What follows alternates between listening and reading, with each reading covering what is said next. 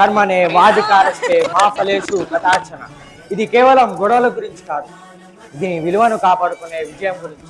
శబ్దం చేయకుండా, కోపం చూపించకుండా, ప్రశాంతంగా, కారణం లేకుండా ఈ లోకంలో ఏది జరగదు. ప్రతి దానికి ఓ కారణం ఉంటుంది, కారణం లేనిది ఏది లేదు.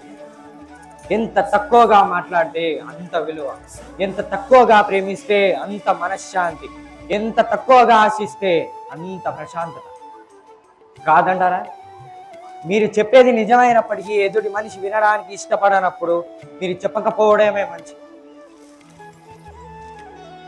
అడగకుండానే చెప్పడం అవివేకం, అడిగితే తెలిసి కూడా చెప్పకపోవడం అహంకారం. మీరు చెప్పేది నిజమైనప్పటికీ ఎదుటి మనిషి వినడానికి ఇష్టపడనప్పుడు మీరు చెప్పకపోవడమే మంచిది.